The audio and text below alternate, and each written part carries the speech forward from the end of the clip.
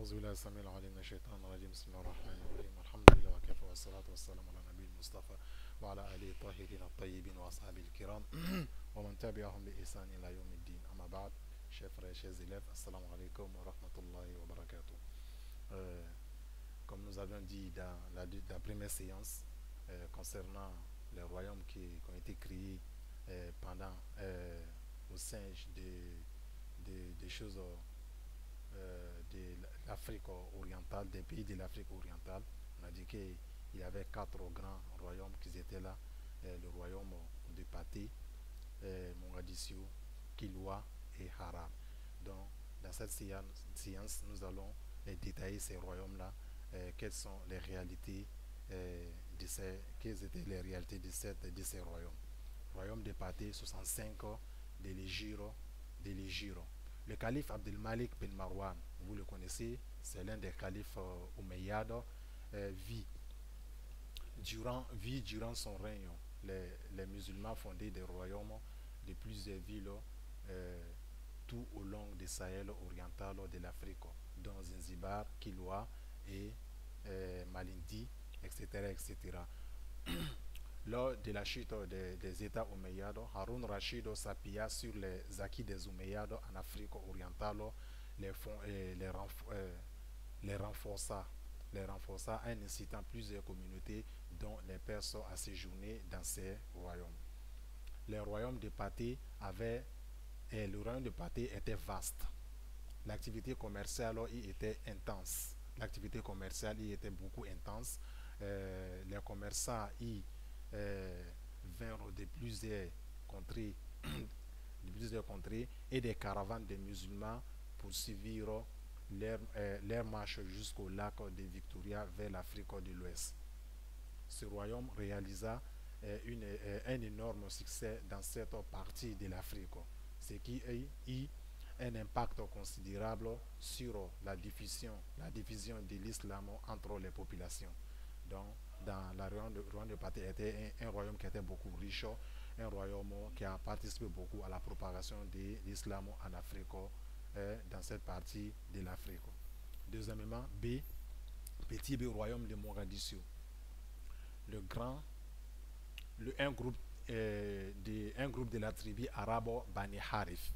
Bani Harith, ça veut dire les enfants de Haris, un mot arabe qui veut dire les enfants de Bani Haris, de Haris, descendus dans le Sahel somalien vers la fin du 3e siècle de l'Égypte. L'explorateur décrit ce royaume comme étant une cité islamique. Au temps des Bani Haris, Mogadiscio s'était développé et s'épanouit, devenant la capitale de tous les États environnants. Donc à cette époque, l'État était devenu la capitale de tous les États environnants.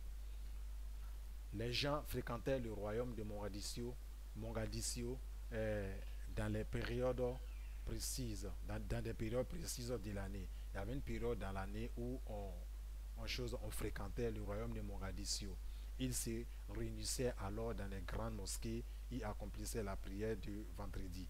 Donc, lorsqu'ils partaient là-bas, ils se réunissaient dans la grande mosquée. Ils accomplissaient aussi la prière du vendredi qui veut dire Juma, ce qui augmentait l'intérêt des Africains pour l'islam. Quand en 1631 hijrien, le célèbre explorateur maghrébin Ibn Battuta était un grand explorateur qui a écrit beaucoup sur, qui a beaucoup voyagé et qui a réussi à écrire beaucoup de choses sur les terres africaines. Le visita, il a visité Mogadiscio, il trouva un royaume ayant un haut degré de civilisation. Il y a trouvé un haut degré de civilisation, également de prospérité, avec un énorme progrès politique économique, et social, et dont la population était d'une grande religiosité et d'une forte moralité.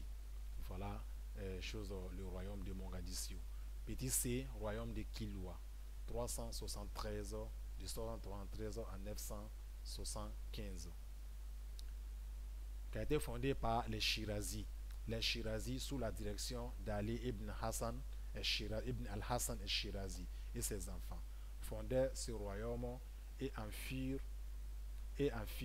une base et un centre de propagation de l'islam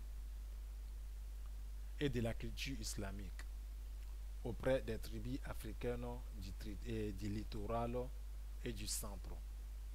Ibn Battuta, à son sujet, c'est un écrivain qui était un explorateur. À ce sujet, il dit qu'Iloa est parmi les célèbres cités, une des plus belles en construction, où les pluies y sont abondantes.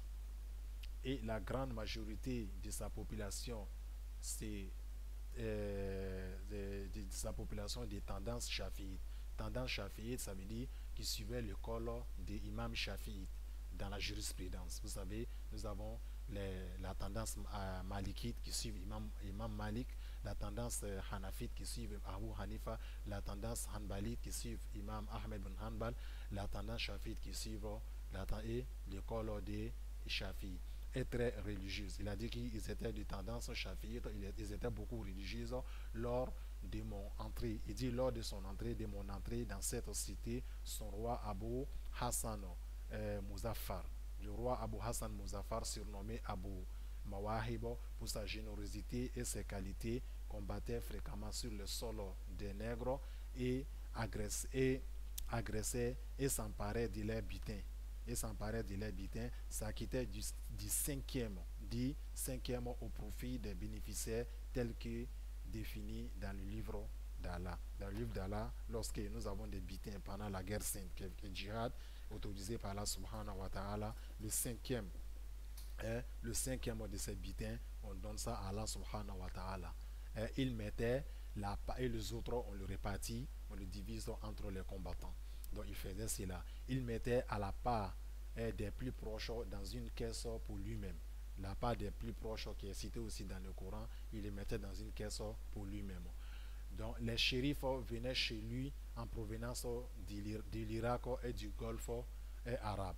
Donc les shérifs sont ce qu'on appelle les descendants du prophète Mohammed sallallahu alayhi wa sallam, on les appelle les shérifs. Ils venaient le voir en provenance de l'Irak et du Golfe arabe. J'ai vu chez lui un groupe de shérifs du Golfe. Donc, Ibn Battuta a dit qu'il a vu chez ce dernier, chez le roi, un groupe de shérifs venant du Golfe. Ce roi, d'une très grande modestie, s'asseyait avec les pauvres.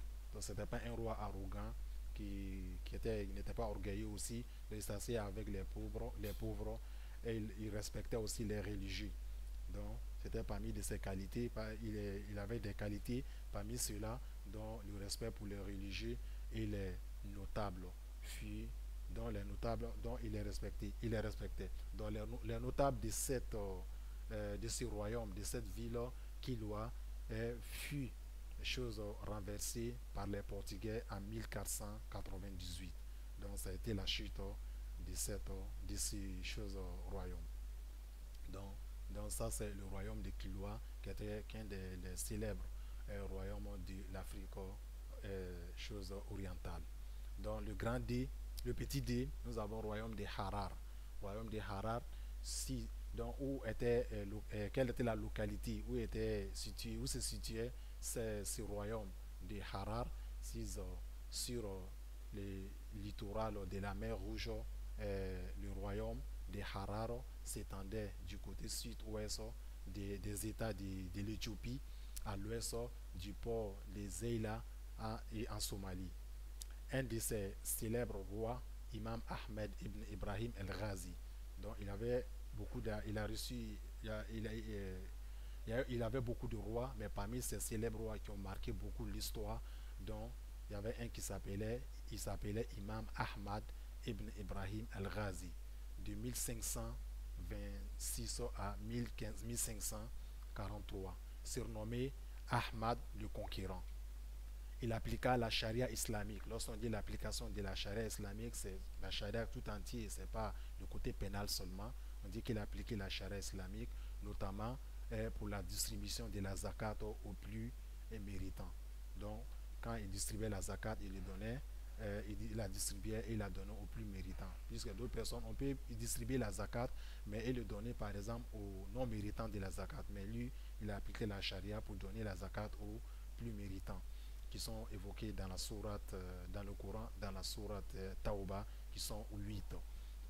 Alors que ses prédécesseurs les collectaient à leur propre profit et celui de leurs confidents. Donc ses prédécesseurs ne le faisaient pas comme lui le faisait. Donc c'est la raison pour laquelle cela fut l'une de ses qualités. L'une de ses qualités.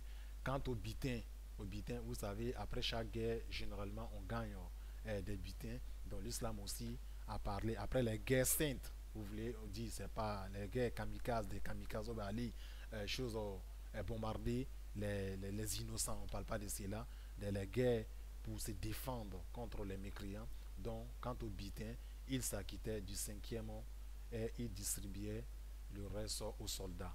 Donc, le cinquième, comme cela est cité dans Surat al-Anfal, donc le cinquième appartient à Allah subhanahu wa ta'ala. Lorsqu'on dit il appartient à Allah subhanahu wa ta'ala, mais Allah subhanahu wa ta'ala a montré des gens à qui on doit donner ce cinquième les choses de ses butins. Mais le reste, on le partage aux soldats. Lui faisait cela également. Raison pour laquelle on dit qu'il a appliqué la charia islamique, notamment pour la distribution des biens et la distribution des zakats et les butins. Il acquit ainsi l'amour des oulémas, les savants et choses, les grands cheikhs et l'affection du peuple. Donc on ne peut pas avoir l'affection de tous ceux-là si on n'est pas équitable, si on n'est pas juste. Donc il essayait avec il s'asseyait avec les pauvres, avait pitié des nécessités, les petits enfants, respectait les grands personnels et avait de la compassion pour les vivres et les orphelins. Voici de ses qualités. Faisait régner la justice entre l'oppresseur et l'oppressé. Il n'avait pas de rien, il n'avait peur de rien sauf Allah subhanahu wa ta'ala. Il a éradiqué les coupeurs de route dans son époque pour maintenir la sécurité dans son royaume. Il a éradiqué les coupeurs de route, ainsi le pays se stabilisa. C'est comme ça qu'on sous-entend d'ici là que le pays à son époque, Harar, le royaume de Harar n'était pas stable à cause de ces coupeurs de route.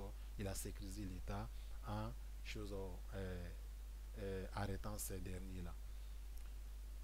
Il dit à son peuple qu'il aima. Donc voilà ce qu'il va dire à son peuple: ne m'appelez pas roi ou amir. Ne m'appelez pas roi ou amir, mais imam. Dites imam des musulmans. Dites, je suis l'imam des musulmans, mais ne m'appelez pas roi ou amir. Donc l'imam des musulmans ou du dernier temps par qui Allah va réformer la ville éthiopienne, les villes éthiopiennes. Voilà ce qu'il a dit au peuple, raison pour laquelle il a été nommé imam. Donc c'est pour cela qu'il fut nommé, connu imam, en dehors de tous ces des attributs semblables. Et qu'il ne s'est jamais appelé roi ou empire. Donc à cause de sa modestie, si vous voyez comment plus religieux que d'être beaucoup, que politicien, voilà ce qu'il va demander à son peuple. Voilà un peu comment le dirigeant, le fameux dirigeant de Hararo a dirigé cette partie. Donc finalement, Hararo sera tombé avec la complicité des chrétiens de l'Éthiopie et les Portugais de l'autre côté. Ils vont chuter, ils vont tuer l'imam. L'imam sera tué par ces derniers. Et voilà, ils vont s'accaparer des terres des musulmans finalement. Mais néanmoins, les musulmans vont toujours appliquer leur islam. Ils ont toujours appliqué leur religion dans la région de Hararo, mais l'islam n'est pas l'islam n'a pas disparu de ce royaume, comme ça a été le cas dans le cas des Espagnols quand ils ont repris leur pays qui était l'Espagne, et l'islam, le musulman même se convertissait même en christianisme. Donc ça n'a pas été le cas. Donc en conclusion, voici parmi les réalités de l'islam en Afrique orientale, voici les royaumes qui ont été créés. Donc, premièrement, nous avons expliqué le royaume de Pathé et ses réalités, le royaume de Mogadiscio, ses réalités, le royaume de Kilwa, enfin le royaume de Harar. Donc, qu'Allah nous assiste et que nous accorde une bonne compréhension. Wassalamu alaikum wa rahmatullahi wa barakatuh.